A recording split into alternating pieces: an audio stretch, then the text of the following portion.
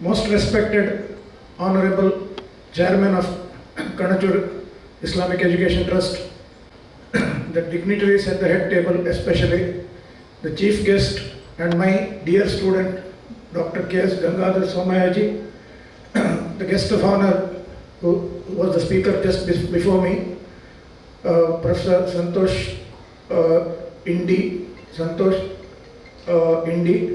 and other guests who are on stage, that is Dr. Shanawaz Manipadi, who is the Dean of KIMS, then Medical Superintendent Dr. Anjan, Dr. Rohan, and Principal of Nursing College, Molly Madam, and of course the Nursing Superintendent who is there, and all other people who are here in this auditorium, especially the heads of institution, the heads of department, the parents, and most importantly, the students who have joined in the decennial batch, the 10th year. 10th year is very special for Kanachur because 10th batch brings more and more responsibilities and most likely achievements upon this college. At this point in time, I want to speak about the greatness of this institution.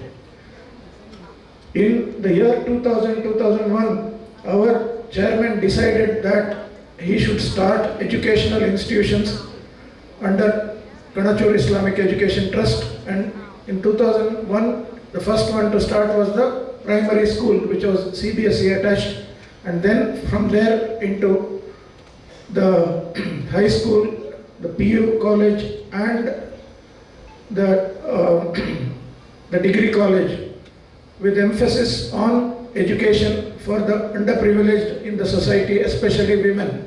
Having done that over the decade, up to 2010 or so, his next venture was to go into the field of medical education. Today when you look at this campus, it is like white light. White light has got 7 colors, Vibgyor, violet, indigo, blue, yellow, orange, red, like that. Along with the medical college, the nursing college, allied health and physiotherapy, plus then Ayurveda and pharmacy college have started. What is remaining to be done is probably the dental college, which is around the corner. So there are more than 7 institutions now, and we have fulfilled all requirements to become a university, and that is the achievement around the corner. What we are going to look forward to. We are going to do it. We will do it, and I am very sure the vision of our chairman and the mission of our director is to do it within the shortest period of time and during your stay in this institution. Having said that, I want to say one word about our chief guest, Somayaji.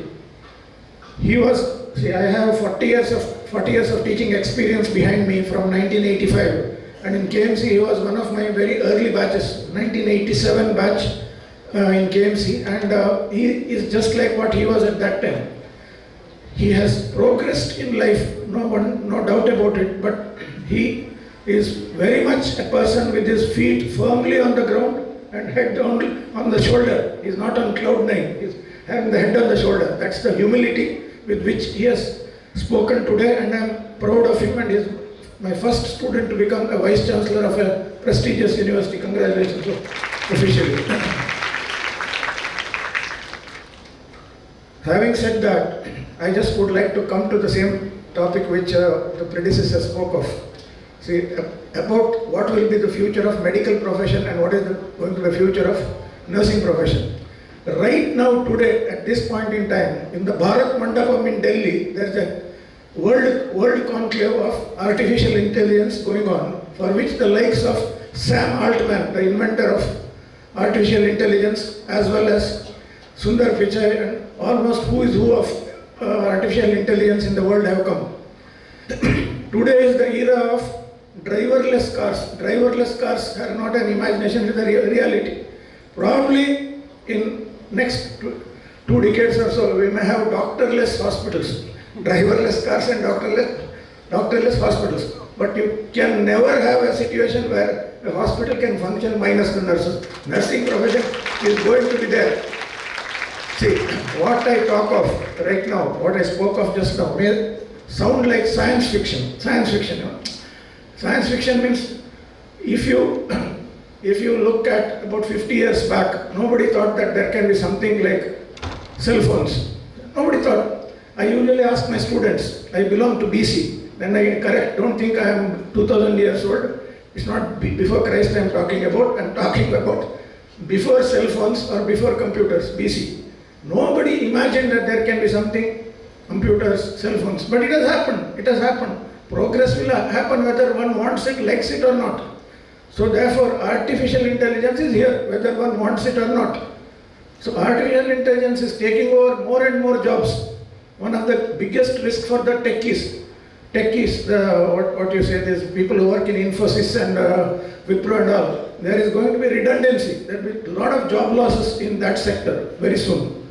And what was told that, you know, the medical profession, the thinking which is to be done by doctors is being progressively taken by artificial intelligence. X-rays and scans are being reported by artificial intelligence. It's a reality. So, but the question is whether what I am telling is going to happen. I myself wish it won't happen, but that is on a selfish note. But the point is that more and more work of the doctors is getting replaced by artificial intelligence, which is a reality which is there.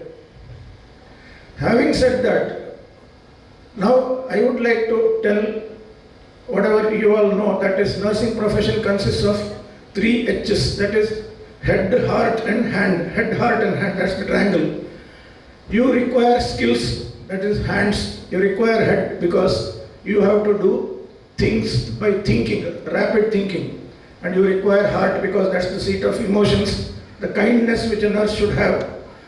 Although that's a, you know, there is a, where are the emotion? Emotion is in the mind. But they, always when you speak English, there's a phrase, have a heart means be kind. So that's why I brought out that issue.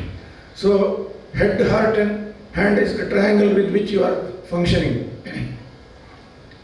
Now, the point is that nursing profession is a highly skilled profession and you have to think quickly, and that is why the theoretical issues that you study in your lecture classes, that's important. You have to listen to it and then follow the wisdom of your teachers. And let me tell you that the faculty of the nursing college are excellent. I'm telling it out of a sense of pride that nursing college faculty are excellent and they're doing a great job.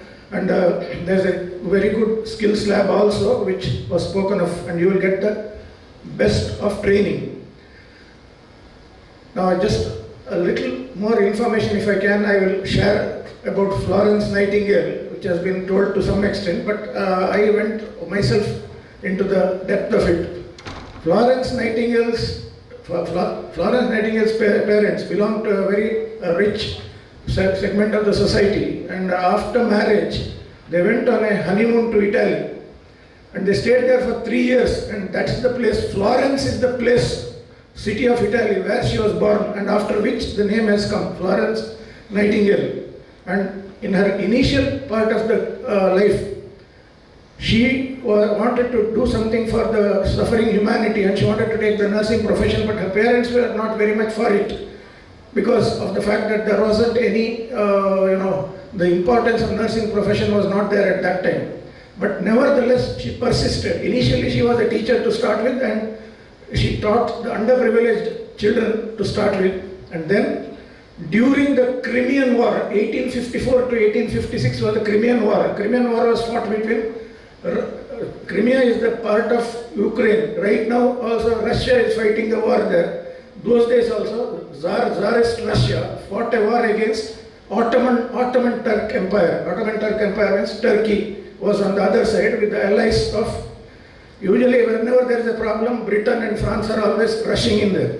Those days they were the other superpowers, so with colonies. So Russia on one side and Anglo-French, that's Britain and France plus Ottoman Turks on the other side.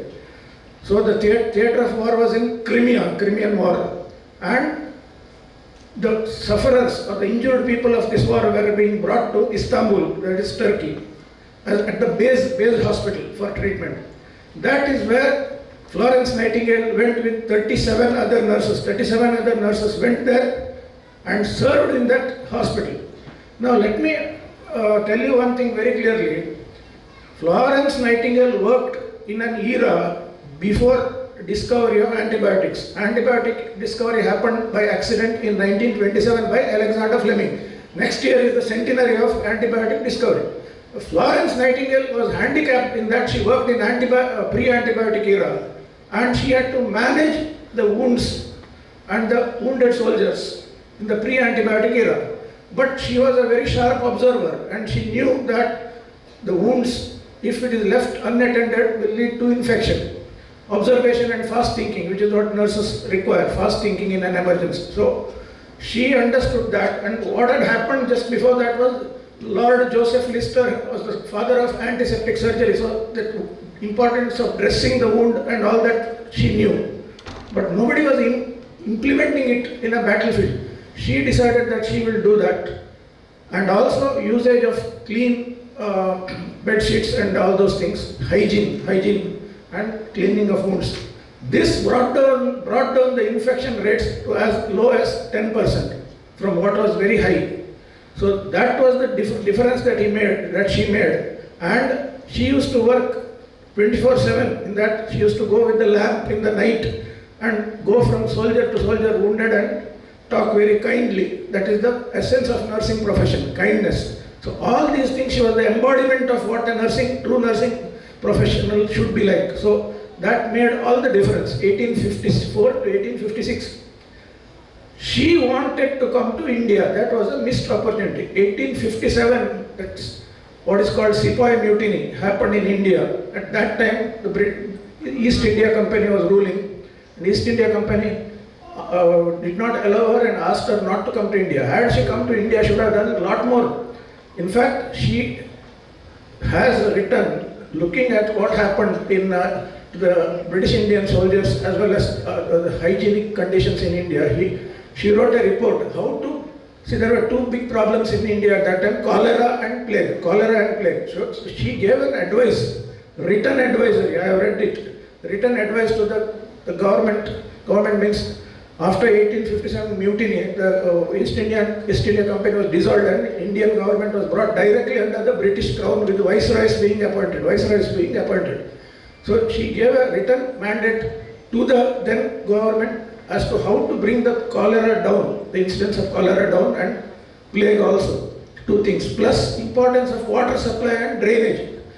She has written it to the government of India sitting in Britain. Just imagine how intelligent and how far-sighted she was to do that. Unfortunately, she could not come to India because of the prevailing conditions.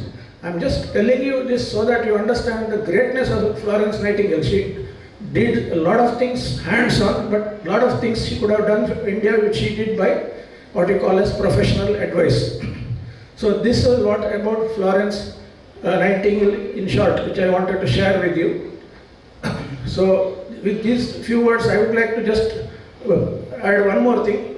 All of you have done very well, and you have taken the right decision to come to Kanachur Institute of Nursing, because this is the best possible place where you can get trained for a nursing profession.